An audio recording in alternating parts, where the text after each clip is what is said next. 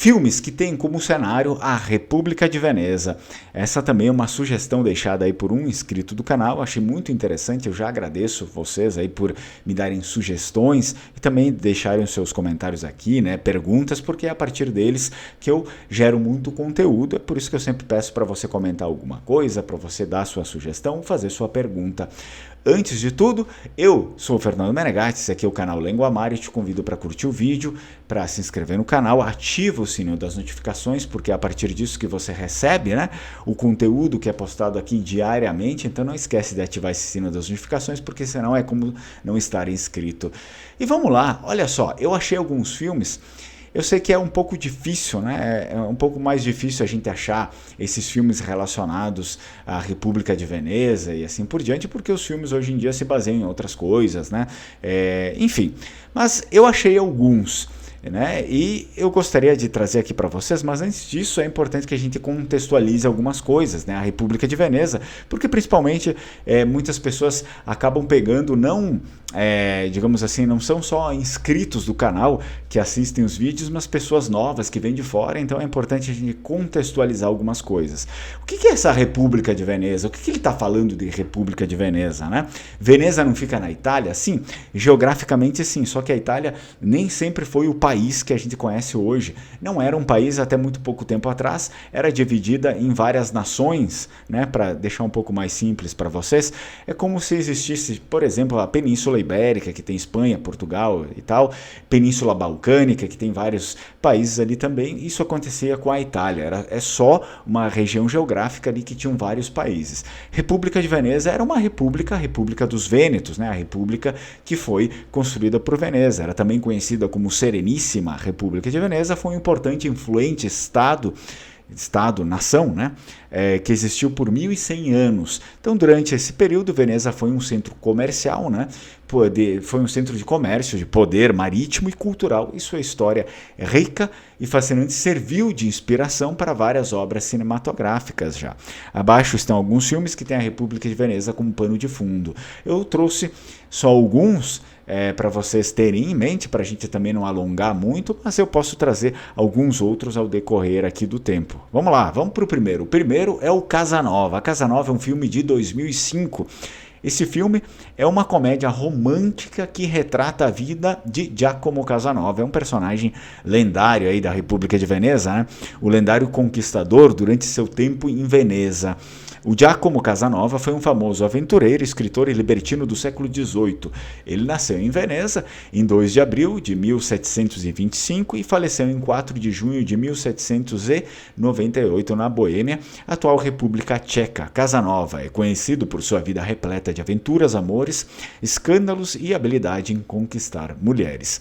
Então, Casanova nasceu em uma família de atores e recebeu uma educação diversificada, estudando direito, teologia e até mesmo alquimia. No entanto, ele logo se destacou por suas habilidades sociais, carisma e a capacidade de seduzir mulheres. Durante sua vida, ele teve inúmeras conquistas amorosas e envolveu-se com mulheres de diferentes classes sociais e nacionalidades. Além de suas proezas amorosas, Casanova também era conhecido por suas viagens e aventuras. Ele viajou extensivamente por toda a Europa, frequentando as cortes reais e conhecendo diversas personalidades importantes de sua época, incluindo nobres, escritores e músicos. Giacomo Casanova também ficou famoso por suas memórias intituladas História da Minha Vida, que ele começou a escrever em 1789, enquanto estava exilado na Boêmia, atual República Tcheca, como já disse. Suas memórias oferecem um relato detalhado de sua vida, incluindo suas experiências amorosas, suas atividades políticas e suas aventuras ao longo dos anos. Portanto, fica aí esse filme do Casanova. Casanova, filme de 2005, eu ainda não assisti, confesso, mas vou querer assistir também. Vamos lá para o próximo. O próximo é um filme que eu já assisti, eu recomendo para todos vocês. É um filme muito bom, muito legal. É O Mercador de Veneza. Esse filme é de 2004 e, óbvio, é baseado também numa obra. Olha só, baseado na peça, né? Na peça homônima de William Shakespeare. Este filme, estrelado por Al Pacino e Jeremy Irons, se passa em Veneza do século XVI. O enredo, então, ele gira em torno de dois personagens principais, o Antônio, interpretado então pelo Jeremy Irons, e o Shylock, interpretado por Al Pacino. Antônio é um rico mercador de Veneza que empresta o seu dinheiro a seus amigos, mas empresta a juros baixos, né? Ou seja, ele praticamente não cobra juros, na verdade. Por outro lado, o Shylock é um judeu que atua como agiota e cobra altos juros em suas transações. Para quem não sabe a história dos judeus na Europa, é interessante também estudar sobre isso, porque muitas vezes ali a igreja não deixava com que eles tivessem terras, né, que eles tivessem alguma ocupação, então meio que sobrou para eles essa atividade ali de emprestar dinheiro. Então, vê um pouquinho mais essa história aqui, né, sobre os judeus. Eu não vou me alongar aqui, porque senão fica um vídeo imenso, tá? O filme começa com Antônio consentindo em emprestar uma grande quantidade de dinheiro ao amigo Bassanio, interpretado aí pelo Joseph Fiennes, para que ele possa impressionar a nobre e rica Portia, interpretada por Lynn Collins, e pedir sua mão em casamento. No entanto, Antônio não possui dinheiro líquido naquele momento, pois seus navios comerciais estão em alto mar.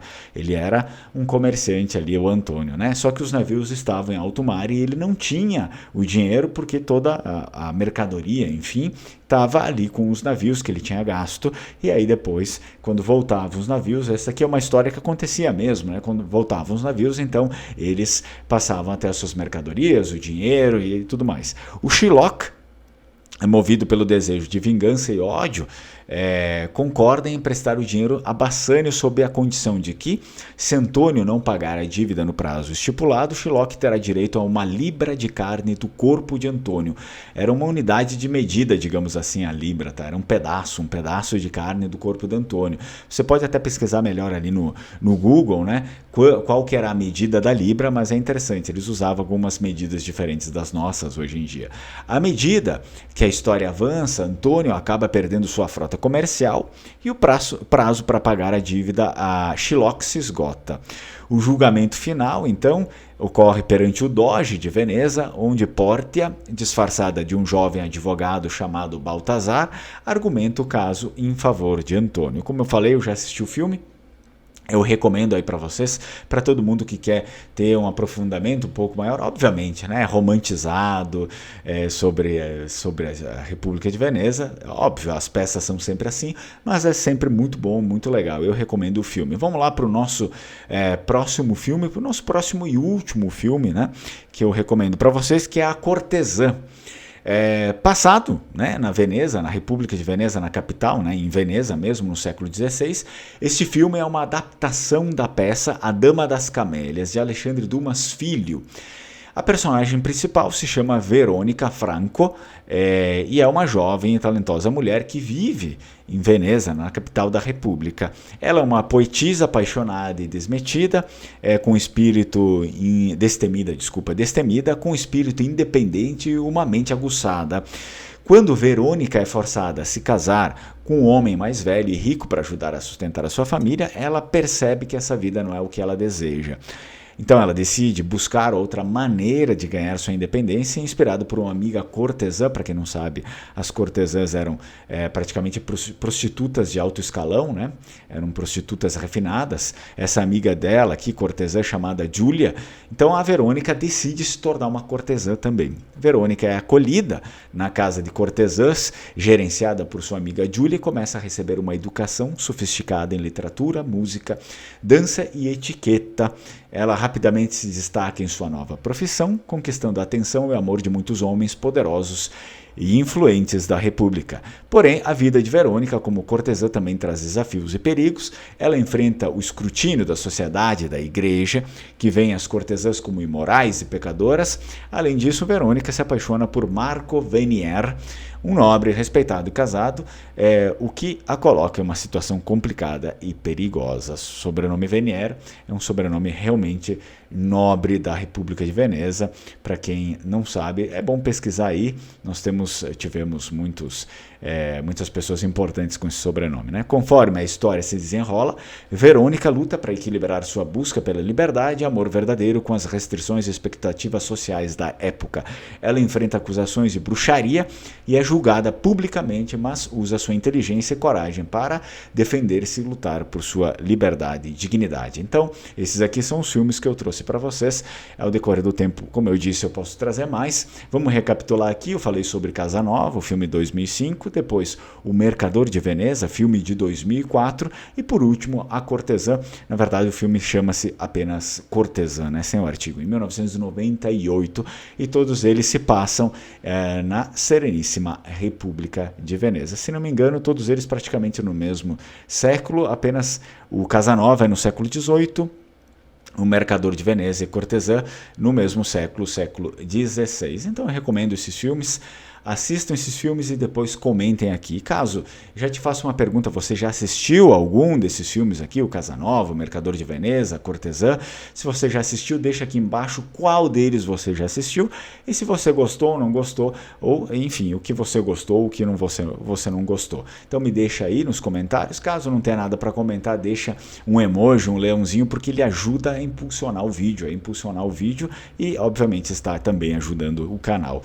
Eu te agradeço mais uma vez. Strucon, tchai tchai.